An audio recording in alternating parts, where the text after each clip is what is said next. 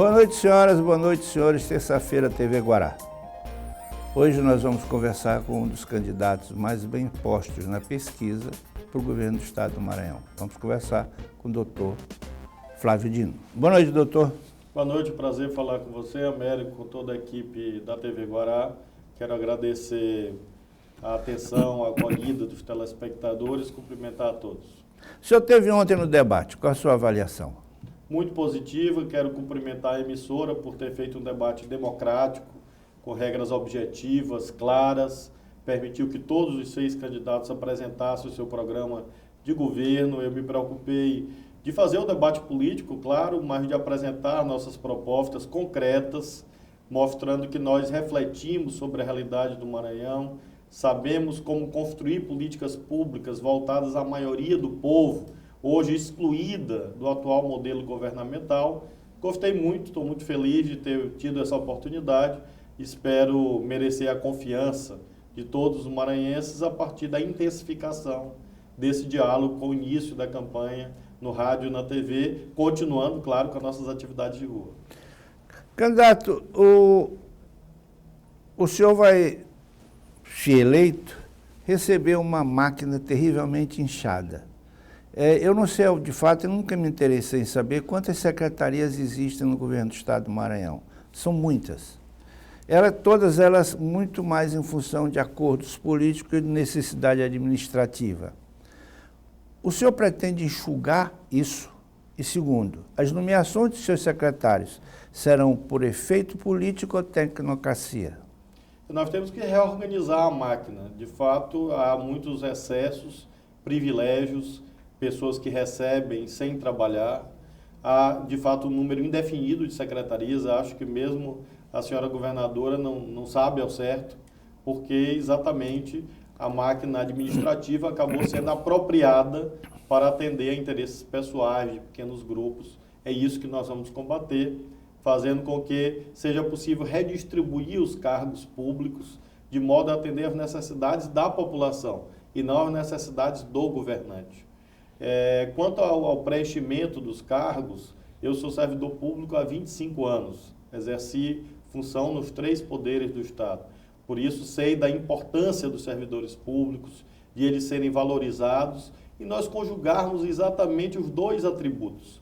É possível, sim, juntar critérios técnicos com a representatividade política, democrática, que nasce das urnas. Nós vamos buscar exatamente isto. E cito um exemplo, Américo. Eu cheguei na Embratur para presidir o Instituto Brasileiro de Turismo e quando eu cheguei ali em 2011, havia 2 ou 3 secretárias, havia um motorista, havia assessores.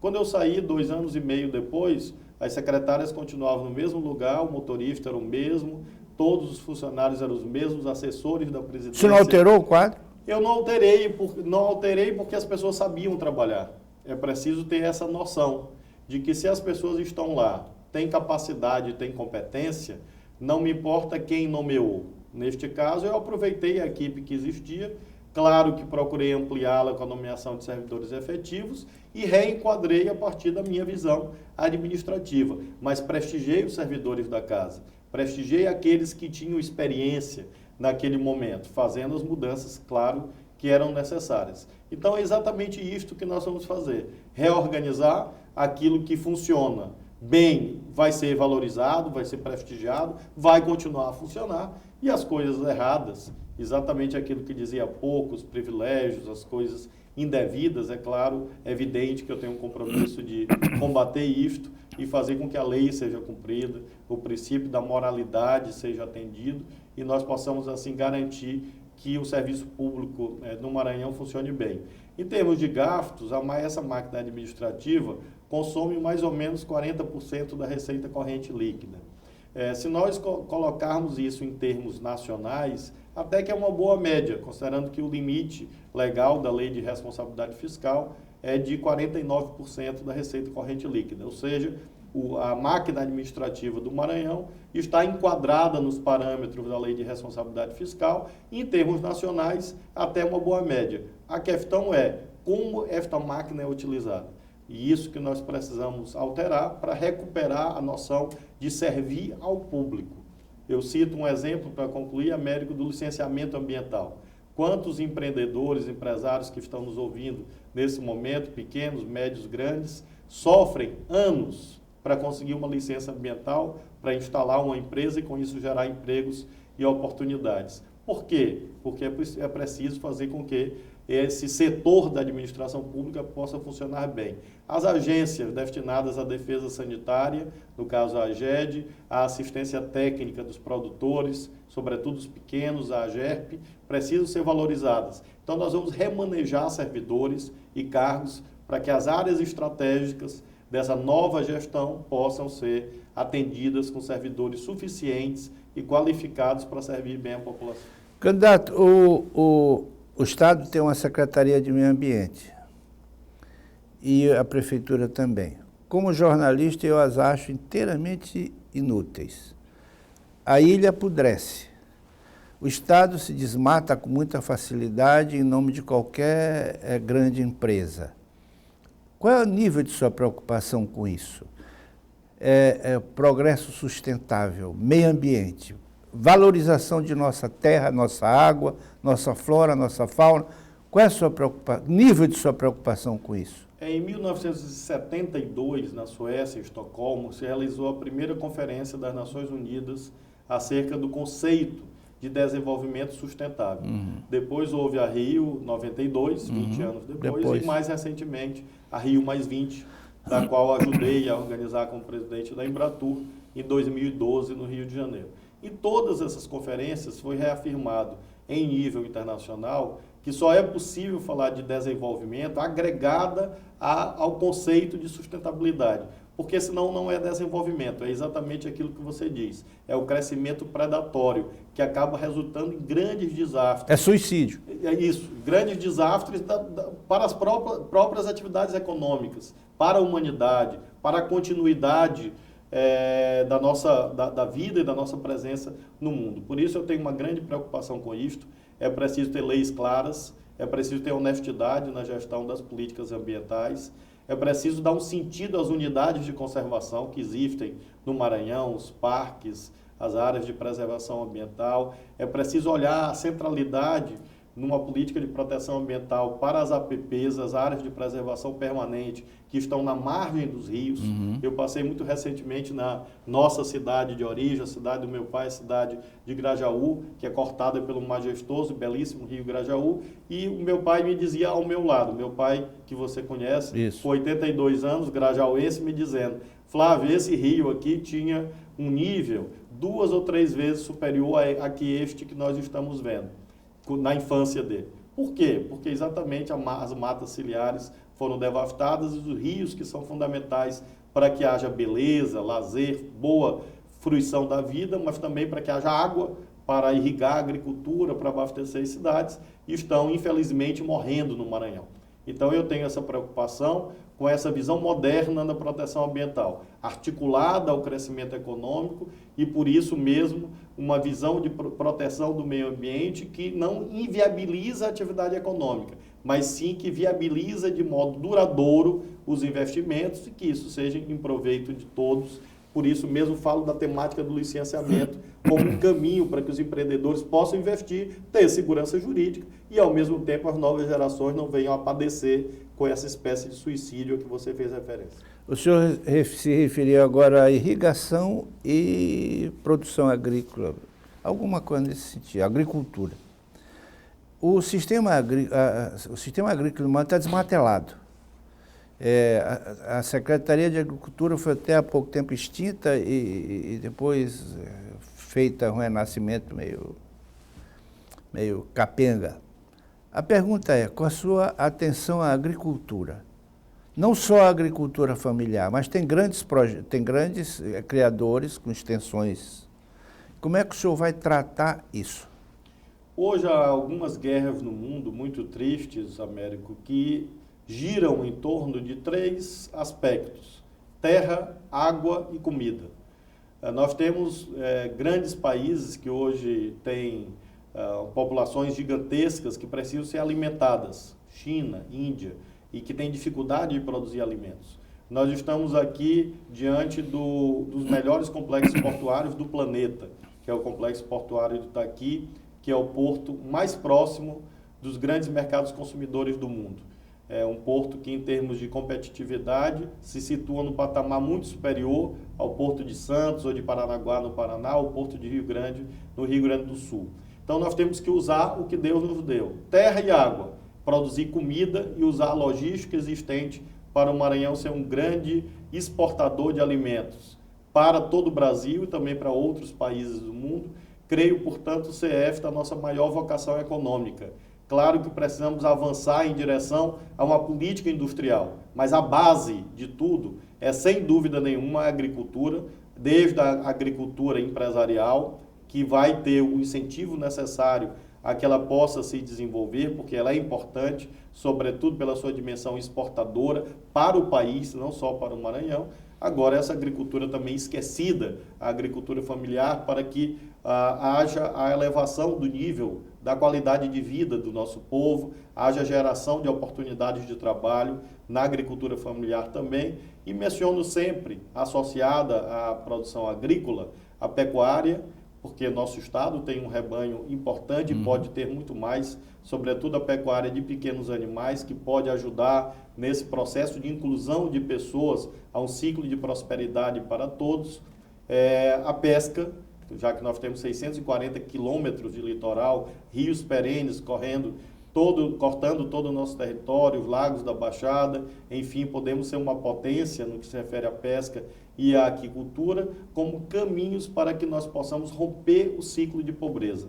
Nós precisamos distribuir bem a renda, a riqueza socialmente produzida, mas nós precisamos aumentar a riqueza. E o caminho que está à nossa mão é a agricultura, pecuária, pesca e aquicultura, levando imediatamente ao patamar da agroindústria, que é o caminho, o passo seguinte nesse processo de construção de uma economia que não seja assentada em ilusões, em mentiras, em projetos que não se realizam e servem apenas como peças de propaganda ou para vencer as eleições. Nós precisamos olhar para a economia real do Maranhão, adensar as cadeias produtivas. Sempre menciono os estudos da FIEMA, que apontam o caminho para que as cadeias produtivas reais do nosso estado possam ser qualificadas, incentivadas, e com isso nós consigamos colocar o Maranhão num patamar diferente de desenvolvimento e, repito, que seja para todos.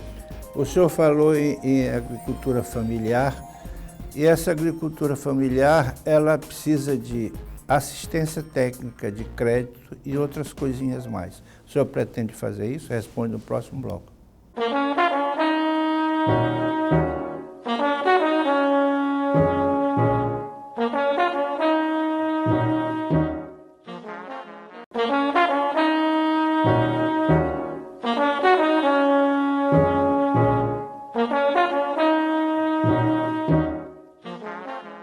Candidato, a pergunta é que tipo de assistência para a agricultura familiar, que confunde-se muito agricultura familiar com agricultura de subsistência.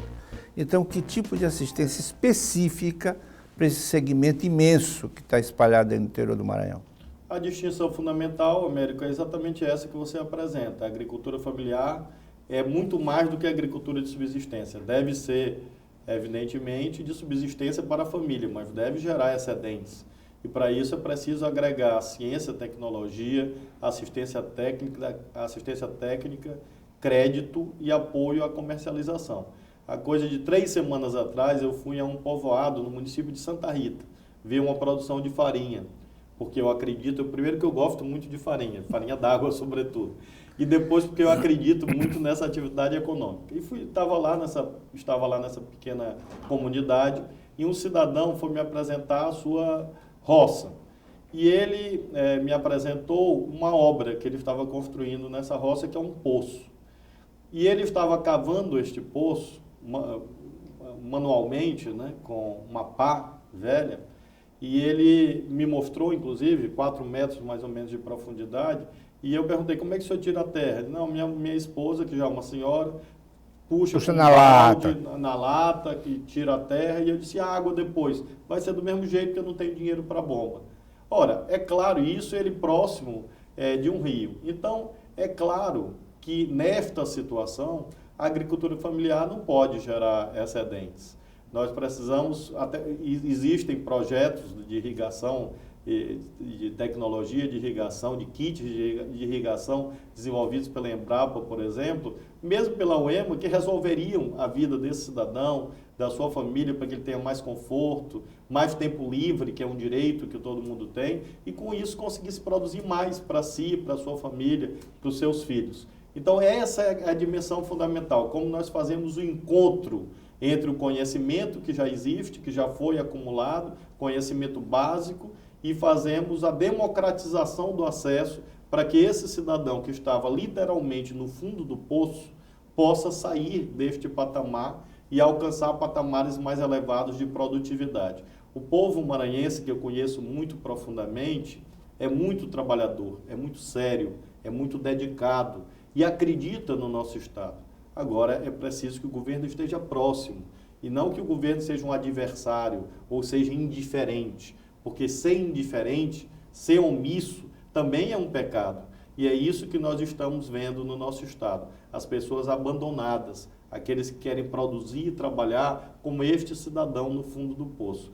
Então nós precisamos fazer com que a Secretaria de Agricultura Familiar, que nós vamos criar, tenha um orçamento decente. Em 2013, foi gasto com a agricultura familiar 0,6% do orçamento, menos de 1%, 0,5% do orçamento do Estado do Maranhão. Então, é claro que esse descompasso entre a prioridade retórica e os gastos, as despesas orçamentárias, é que explicam a situação desse cidadão e de milhares, de milhões de maranhenses que querem produzir mais. Então, a agricultura familiar, eu tenho um compromisso com a FETAEMA, com 214 sindicatos de trabalhadores rurais, para que eles me ajudem a serem representantes dessa política agrícola que nós defendemos, que eles defendem em primeiro lugar, que nós defendemos também, numa parceria democrática, que respeite a autonomia, claro, dos sindicatos, mas que eles estejam junto conosco nesse processo de requalificação do ITERMA, da GERP, para que os servidores que têm expertise, que têm experiência, que tenham conhecimento, possam chegar perto dos produtores e o Maranhão ser um grande celeiro para o Brasil, para os maranhenses em primeiro lugar, para o Brasil, e eu sonho com a possibilidade do Maranhão voltar a ser um grande exportador de alimentos para o mundo. Como disse, nós temos vantagens competitivas que mostram que é possível fazer desde que você queira fazer. Terra, o senhor falou terra. Maranhão é campeão em conflito de terra.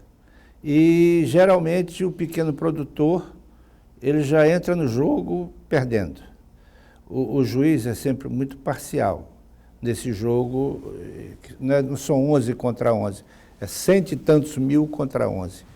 Conflitos de terra, que é um grave problema no Maranhão. Mortes, como é que o senhor pensa em encarar isso? Em primeiro lugar, nós temos que ter firmeza contra a violência, firmeza contra a pistolagem.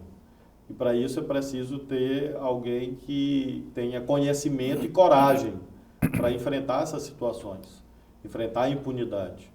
Eu, quando era deputado federal, pedi ao Conselho Nacional de Justiça que fizesse um levantamento das mortes no campo no Maranhão e a situação dos processos. E a imensa maioria nunca foi sequer investigada, sequer foi apurada. Eu tenho até hoje a resposta do conselheiro do Conselho Nacional de Justiça, que me apresentou exatamente essa situação triste.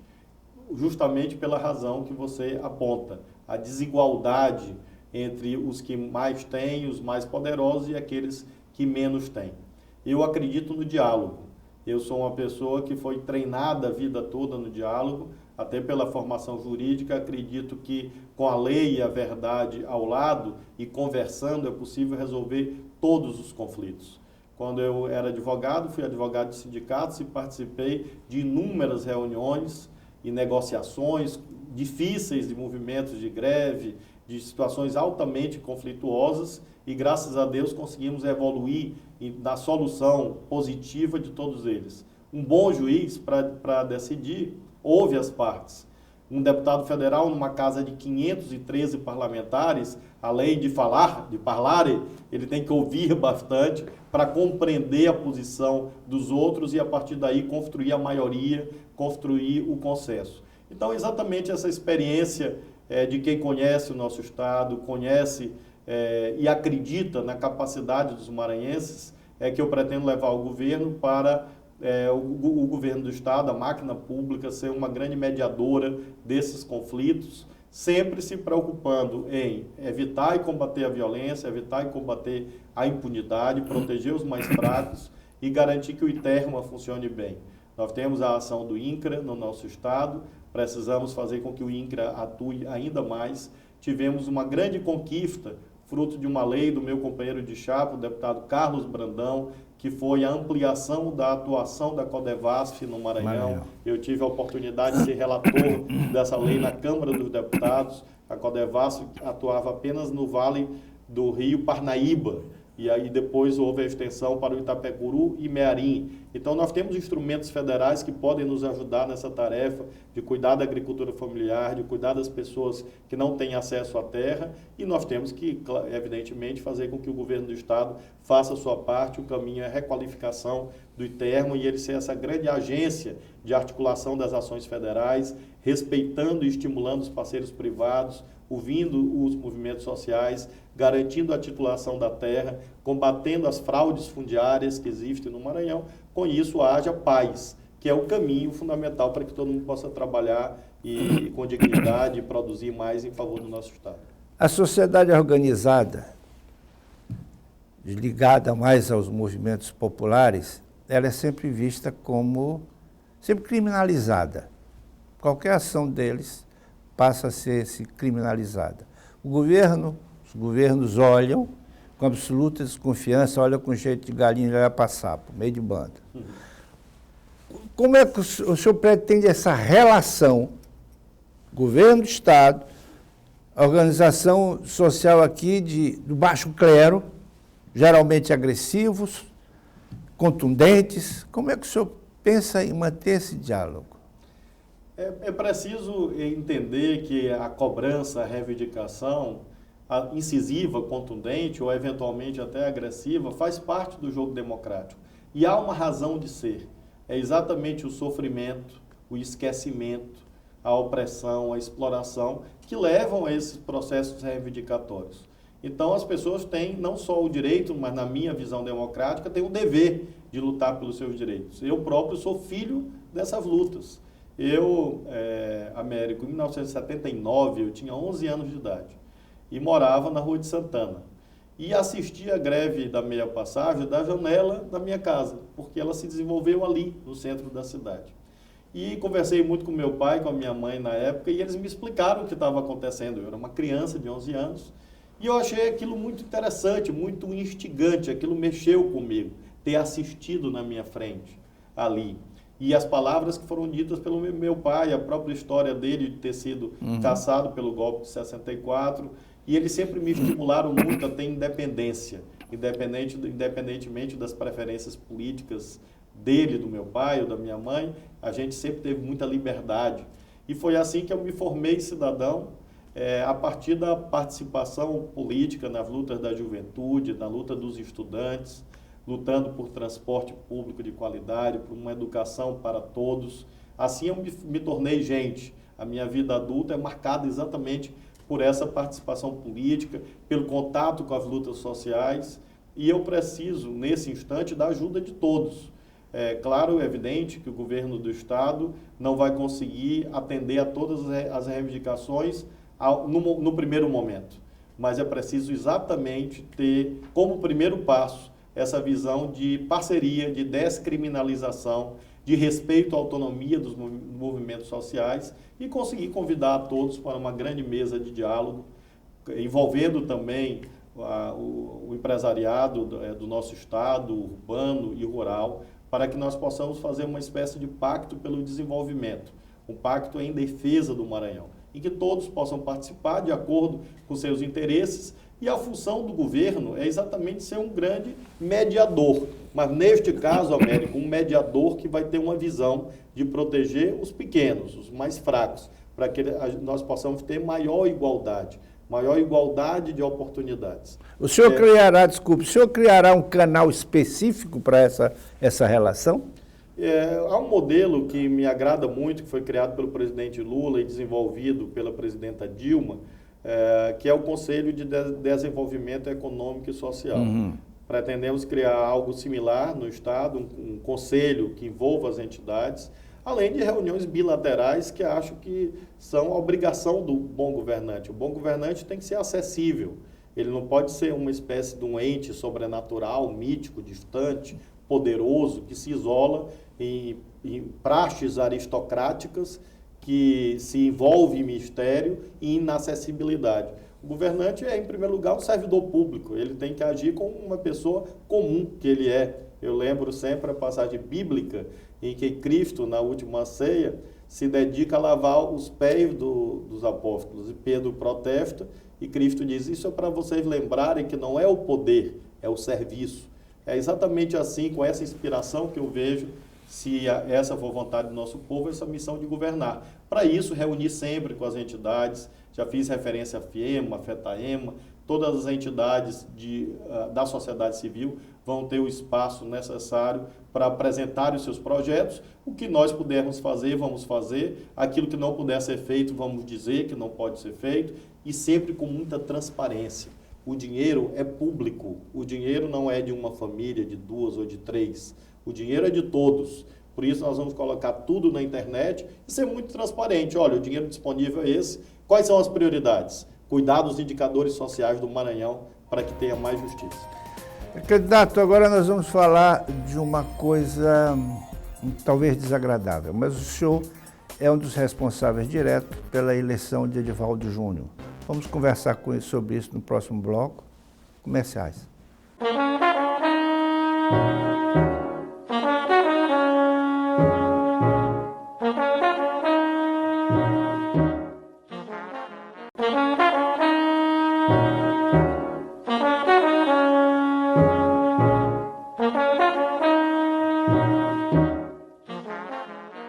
Candidato, historicamente, São Luís sempre elege um prefeito de oposição ao poder estadual. E sempre esse poder municipal sofre. Isso vem desde o tempo de Dona Gardênia até os dias atuais. O atual prefeito, que foi eleito com a sua ajuda, ele está sendo crucificado. O senhor acha que a ausência dessa parceria compromete a atual gestão dele? A gestão do prefeito Edivaldo começou há pouco mais de um ano. É muito cedo para julgar. Há tempo para tudo debaixo do céu, diz a Bíblia no livro do Eclesiastes. Vai chegar o momento de julgar o prefeito Edivaldo. Acho que até aqui ele tem agido com muita seriedade, procurando fazer as coisas que é possível fazer, num quadro de muita dificuldade para os municípios e exatamente nessa situação de sabotagem. É esta a palavra. Exatamente... O senhor está dizendo que a administração municipal é sabotada pela administração estadual? Desde antes de começar. Exatamente para chegar neste momento da campanha eleitoral e usarem este discurso como têm usado para me atingir. Ou seja, para atingir propósitos eleitoreiros, de perpetuação e eternização desse poder que aí está há 50 anos, estão perseguindo, não o prefeito Edivaldo, perseguindo a população da cidade. E cito 2 exemplos. O primeiro, o poder maior sempre tem que ajudar o poder menor. E as rendas, as receitas no nosso país são concentradas nos entes maiores. A nossa federação desde sempre nasceu assim, porque ela surgiu do ventre do Império. Era um Estado centralizado, com um governo único, um Estado unitário, e claro que a noção de federalismo não se implantou totalmente como em outras experiências federativas, caso, por exemplo, da Alemanha e dos Estados Unidos. Então, há sempre uma concentração dos poderes maiores. E o governo federal ajuda muito o Maranhão. Desde as políticas sociais, a Bolsa Família, o INSS, o Seguro-Defesa dos Pescadores, até obras públicas, creches, unidades básicas de saúde, caminhões e tratores que foram doados, indevidamente apropriados pelo governo do Estado, mas que são políticas federais. Nós olharmos São Luís, a Via Expressa é construída com dinheiro, em grande parte, do governo federal. A avenida dita Quarto Centenário, que para nós é a Avenida Dr. Jackson Lago, na Camboa, na Liberdade, é uma obra do governo federal, que o governo do estado parou, mas os recursos, a maioria deles são federais. Aquela obra que está sendo feita ali na extensão do Araçagi, da Raposa, recursos federais. Então, por que o governo federal ajuda o governo do estado e o governo do estado, por sua vez, não fez um único convênio com a prefeitura de São Luís em 1 ano e meio? Fez com todas as prefeituras do estado, e eu sou a favor, quase todas, porque outras também foram perseguidas. Mas com São Luís, 0, nem 1 quilômetro de asfalto, nada. E o mais grave, Américo, que me surpreendeu e me chocou realmente. Como pode uma governadora recusar um pedido de audiência do prefeito da capital? No quadro da crise, da chuva, da dificuldade do buraco, o prefeito pediu uma parceria, pediu apoio, pediu recursos e recebeu como resposta ironias, piadas e desdém. Então, essa situação que nós temos que acabar. Eu, se tiver a honra de governar o estado, vou tratar todos os prefeitos, aqueles que estão me apoiando e aqueles que não me apoiaram, do mesmo modo, segundo a lei. Eu fui presidente da Embratur. O governo do Maranhão é de um grupo político que é o nosso adversário. Mas os secretários de turismo, seja o secretário Tadeu Palácio, seja o secretário Jura Filho, sempre foram atendidos por mim com cortesia, gentileza, elegância, presteza, e tenho certeza que eles vão confirmar isso. Fiz convênios com o governo do Maranhão, mesmo sendo de um grupo adversário. E esse é o certo. Eu nunca perguntei partido de secretário de turismo que ia na Embratur atrás de convênio. Então, eu me dirijo não só agora ao prefeito Edivaldo, à população de São Luís, mas à população de todo o Maranhão, a todos os prefeitos, independentemente de partido. Nós precisamos abrir a porta do Palácio dos Leões e garantir que haja parcerias segundo critérios legais e técnicos, e não critérios políticos, critérios da política atrasada, da perseguição, do ódio e do medo. Eu não vou querer colocar prefeitos de joelho, eu não sou soberano para tratar prefeitos como súditos, e isso, infelizmente, é o que acontece hoje. O prefeito que é amigo do poder recebe lá convênios, até, infelizmente, recebe coisas indevidas. Muitas vezes, convênios fantasmas, de obras fantasmas, de convênios de papel, como a auditoria do Tribunal de Contas do Estado, inclusive, identificou. Infelizmente, lamento muito isto, e isso não vai mais acontecer. Agora, não vou cobrar fidelidade a mim para uma cidade poder ser atendida. Isso é indigno, isso é indecente. E no caso de São Luís, é isso que está acontecendo, e agradeço essa oportunidade, como cidadão de São Luís, de fazer essa exposição a todos que nos assistem, exatamente para garantir que uma política republicana tem que tratar todas as cidades com respeito. No caso de São Luís, como você apontou, eu ajudei a eleição do prefeito Edivaldo, e se nós chegarmos ao governo, nós vamos trabalhar juntos. O Palácio dos Leões e a Prefeitura de São Luís, trabalhar juntas em favor da capital de todos os maranhenses, para que as obras possam acontecer e os problemas graves que acontecem no nosso estado, da nossa cidade, da capital, decorrem muitas vezes de problemas do governo do estado. Cito a situação dos socorrões. Se a saúde no interior do Maranhão funcionasse adequadamente, os socorrões funcionariam melhor.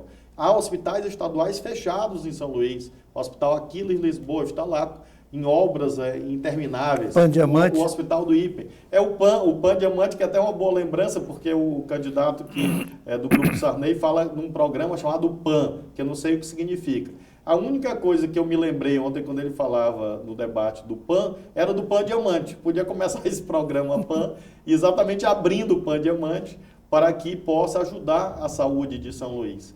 Então, há situações que a ação adequada do governo do estado vai garantir que a qualidade de vida do nosso povo possa ser melhor. E quero sublinhar ao fim que tenho certeza que quando chegar 2016 e for o momento de julgamento da administração do Edivaldo, com a nossa parceria, com a nossa ajuda, ele terá feito as realizações que a nossa cidade precisa e que ele se comprometeu.